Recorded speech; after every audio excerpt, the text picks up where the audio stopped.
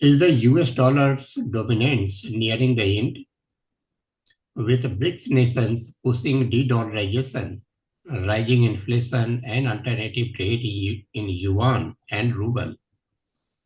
A financial power shift is underway as countries move away from SWIFT and explore gold-backed currencies.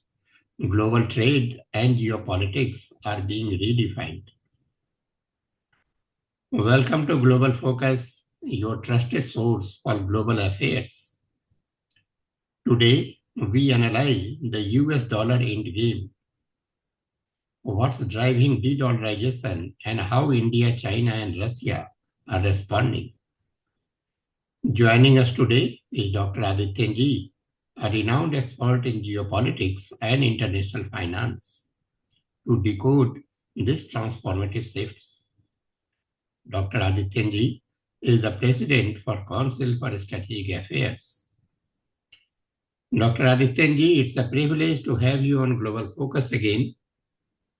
With the dollar supremacy under threat and new financial alliances forming, your insight will help us navigate the complexities of reserve currency and trade wars. Welcome to the show, Dr. Adityanjee. Thank you very much indeed, Mr. Sinha. Just a clarification. I'm not an economist. I'm not a financial expert. I'm just a student of geopolitics. Yeah, It's a pleasure to be on your platform. yeah. So, my very first question to you, it is reported that the massive quantities of physical gold is being moved from England to America. Is that true? And what is playing out? What do you know about it? Well, it depends upon how we define massive. Yes, there is some movement of gold from the vaults of Bank of England to United States. Right. Uh, till 1971, US dollar was pegged with gold, and after that, it was changed to fiat dollar or petrodollar and not linked to gold. Having said that, still United States has the largest government held gold reserves. I see. It's 8,133 metric tons. The largest gold reserves of any country are with US, and they are generally kept in Fort Knox in Kentucky, very well secured. Bank of England stores gold for a large number of international banks or federal reserves from other countries.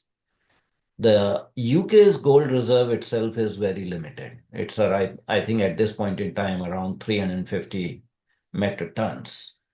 Okay. But they store gold for other countries, other bank reserves, reserve banks. And from November of last year, there is some movement of gold. Now, viewers would like to know that even India moved 100 metric tons of gold from Bank of England Okay. back to India. So that is a natural phenomenon which is affected by geopolitics, trade cycles.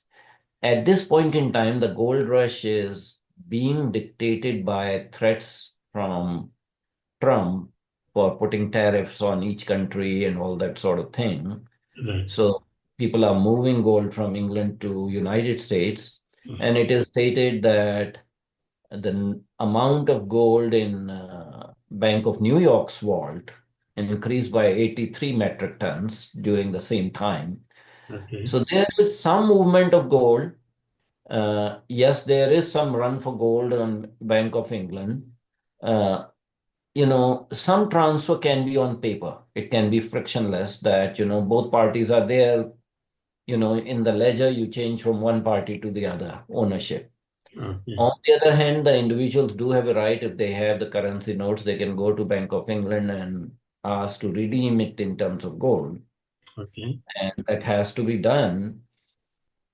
That process is now taking longer. Instead of 4 or 5 days, it is taking 4 weeks because of the amount of transactions going on. So yes, there is some some stress on Bank of England's gold transfers, but it is not a panicky situation. Okay. That is what I would like to say. Uh, and it is result of what is going on at this point in time, but it in no way is going to create a collapse either of Bank of England or for any other, trading institution. It's a small amount of gold if you look at, the US gold reserves. In Mhm. fact, if you look at US gold reserves, they are more than the added gold reserves of next three countries after the US. Okay. So uh, I'm not sure whether we can generate panic in international markets at this time. Okay.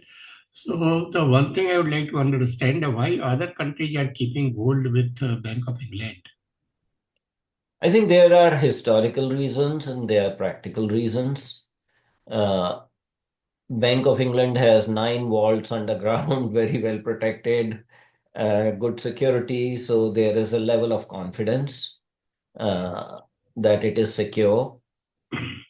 It's an island country. Even if you steal it, where are you going to go? You Yeah. know. The other is, diversification and mitigation of risk. Let's say we take country in example, India. So Okay. India has 840 metric tons of gold reserves. As far as the government is concerned, it does not include the private gold because India probably has the world's largest private gold stored in the country in housewives, Mangal Sutras, and jewelry and stuff like that. So we don't include that. That is private wealth. That is private gold, but official gold of the government of India is around 840 metric tons. India is number eight in terms of, you know, Gold government reserve. held gold reserves.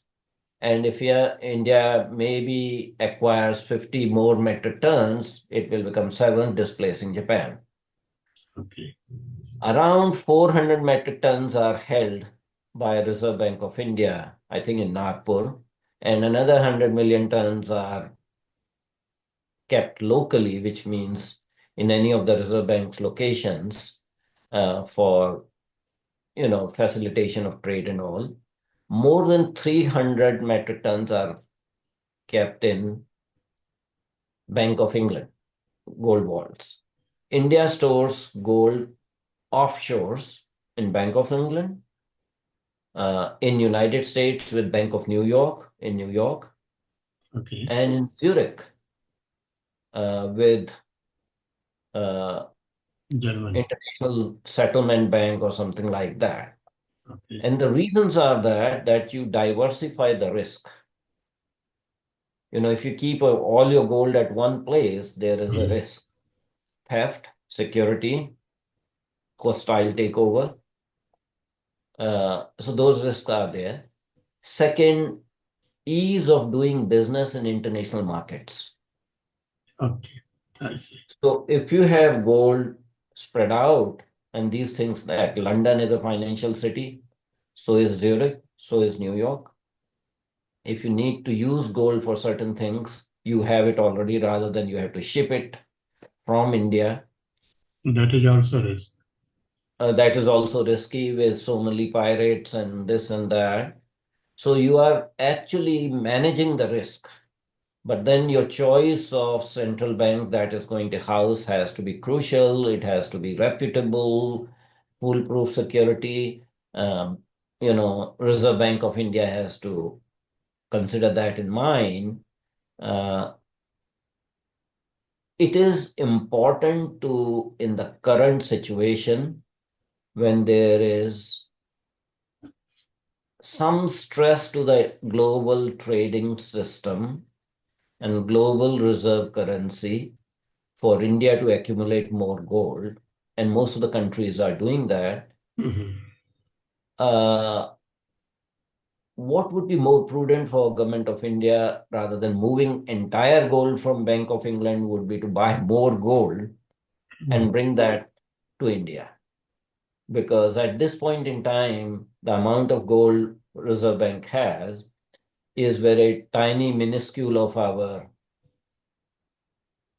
external foreign exchange reserves. This may be around 7% or 8%. If you compare it with the United States, their gold represents almost 71% of their foreign exchange reserves. So they are very well placed, that they have kept themselves secure, although dollar is weakening internationally, not against rupee, but otherwise it is sliding. Uh, so you have to have these kind of arrangements by keeping gold internationally so that when push comes to shove, you are able to use that gold in adverse circumstances. You see. So does this have anything to do with the America's enormous debt? Pardon? Sorry. American economy is 29 million, trillion. 29 trillion. Yeah, and its debt is nearly 33 trillion. Yeah. Yeah, yeah. So does it have anything to do with this American debt? Yes and no.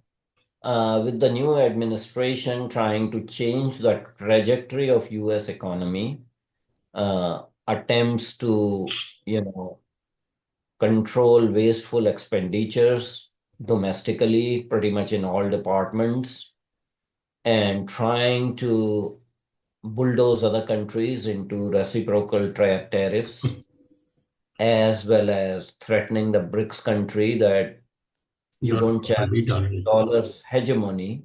Yeah. uh, they will do each and every trick in the book to keep the supremacy of the dollar. But to my mind, that is really not challenged at this point in time. In your introduction, you mentioned about de-dollarization and yuan and ruble becoming international currencies. It's no way there. Yes, there is some trade being done in ruble, bilateral trade between India and Russia is between local currencies, rupee ruble trade, or between Russia and China, it is in yuan. And China is insisting with certain countries to trade in yuan, despite Chinese efforts to push yuan as an international currency.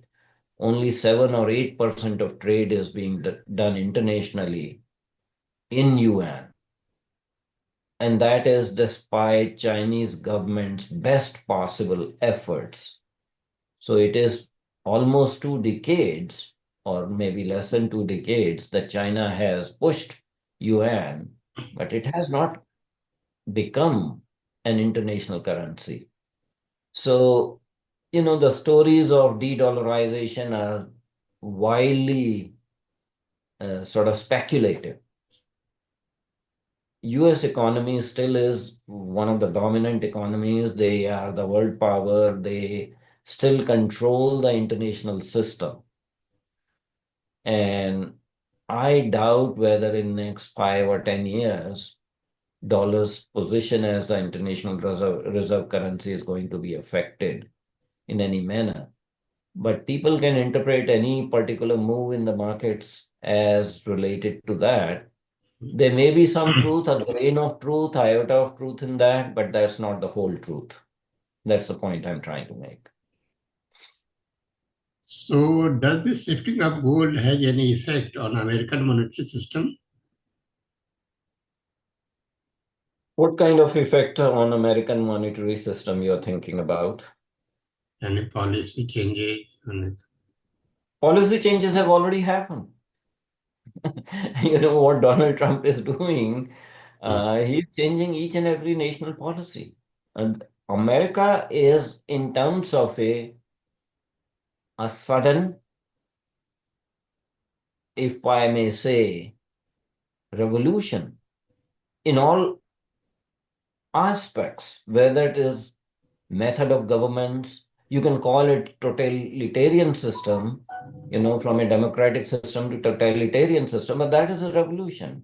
The way they have been doing business, They are preventing and stopping foreign aid. They are trying to have balanced trade with each country. They are threatening countries with tariffs. So, yes, that kind of behavior on part of United States will generate some panic in the international market, and people are moving around gold.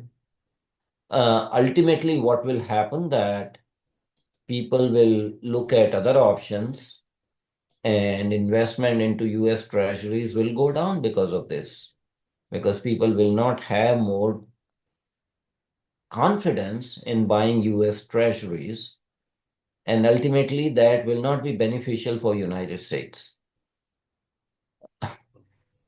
When people don't trust your government-owned debts, Mm. uh, right now they can print any amount of dollars and keep on working in a deficit economy. Uh, there is some domestic concern about the level of debt, national debt. Trouble is that each administration lasts for 4 years. So Yeah. you take short-term measures, there are hardly any long-term measures. Mhm. And politics always trumps over good fiscal policy. Even with the current president, when he was in his first term, he almost introduced $7.5 trillion worth of debt, national debt in 4 years. So although he talks about, reducing the deficit and all, but the policies that he is adopting may not lead to that situation, especially very large scale tax cuts for ultra wealthy individuals. Uh, so we shall see what happens. So do you think America is moving towards the linking the dollar to gold again? I'm not so sure because with the amount of deficit they Mhm. have to correct that first before they can peg the dollar to gold.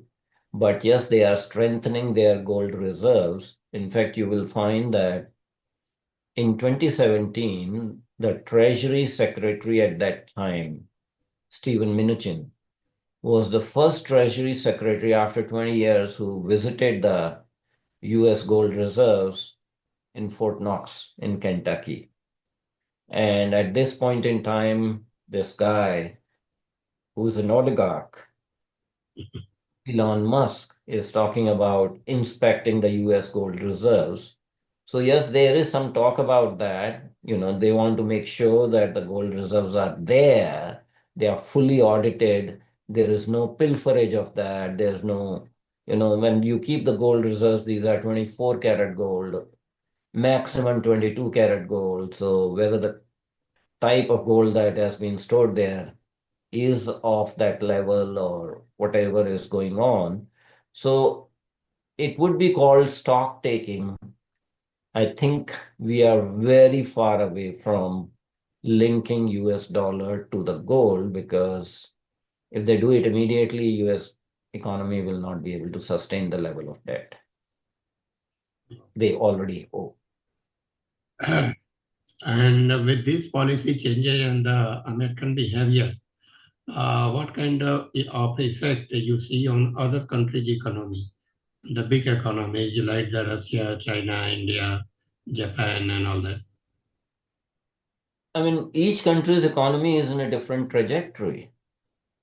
you know, yes, US economy plays some role, but the trajectory of the economies are totally in different leagues. If you look at Russian economy, people are saying that Russian economy is in a tailspin, but Russian economy is heavily dominated by commodities.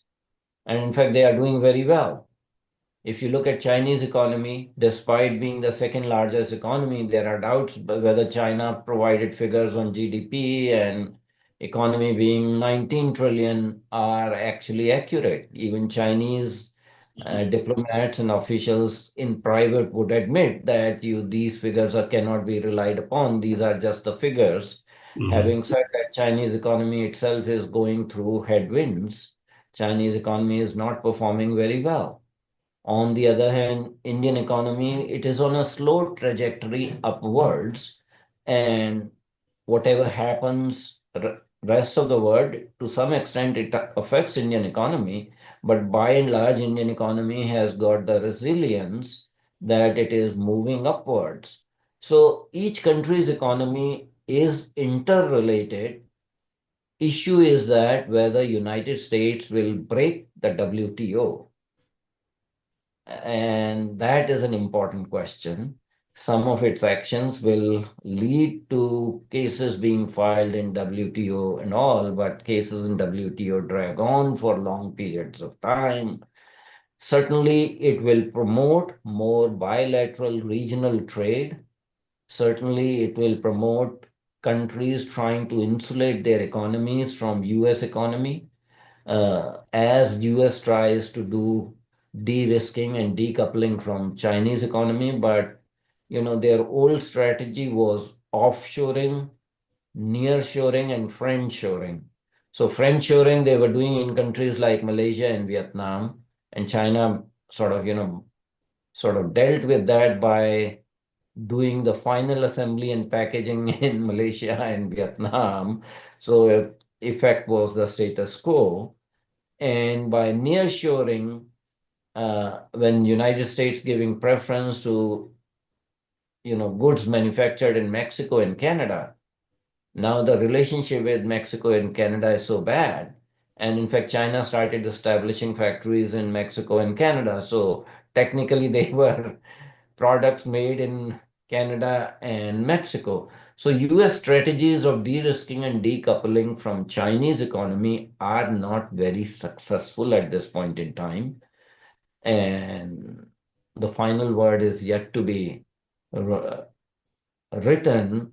We shall see what is the outcome of this process that Mr. Trump has initiated. He's only 1 month in the office. He has 3 years and 11 months more in the office in the current term. So, what would be the impact? That will depend upon what direction his policies take. A lot depends on that. But I think each country will try to protect its economy, and US may go into an economic isolation. The problem is that they don't manufacture very many goods domestically, so they will be forced to import from other countries, but at higher prices. So it will be the US consumer that will definitely suffer. So thank you so much, sir. That was all the question I had for you. So Dr. Adityanjee, this has been an eye-opening discussion. Your insight on the future of the US dollar, the rise of alternative global currencies, and the geopolitical consequences of de-dollarization have given our listeners much needed perspective on what unfolding in the global financial system. As we move Thank you, Mr. forward, Hari Prakash. yeah. It's a pleasure to be on your platform. Just for your viewers, there's not going to be any BRICS currency. The BRICS currency is not in favor of India or Russian Mhm. interests. BRICS currency is just a ploy by China to boost up its own currency, yuan, and try to present yuan as an alternative reserve currency for international trade. Both India has categorically stated that we do not support BRICS currency, and Russian Federation also does not think it is in their favor at this point in time. In fact, Mr. Putin said that we stopped using dollar not because we wanted to, but because United States prevented us from using dollar for international trade. If they remove the sanctions, we'll be happy to use the dollar. So you can't see bigger endorsement of US dollar as a reserve currency Right. coming from Russia, coming from Putin.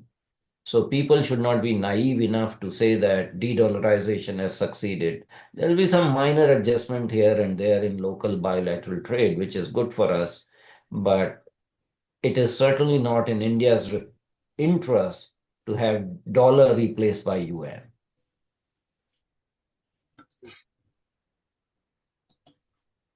So thank you for sharing your expertise and breaking down these complex yet critical topics for us.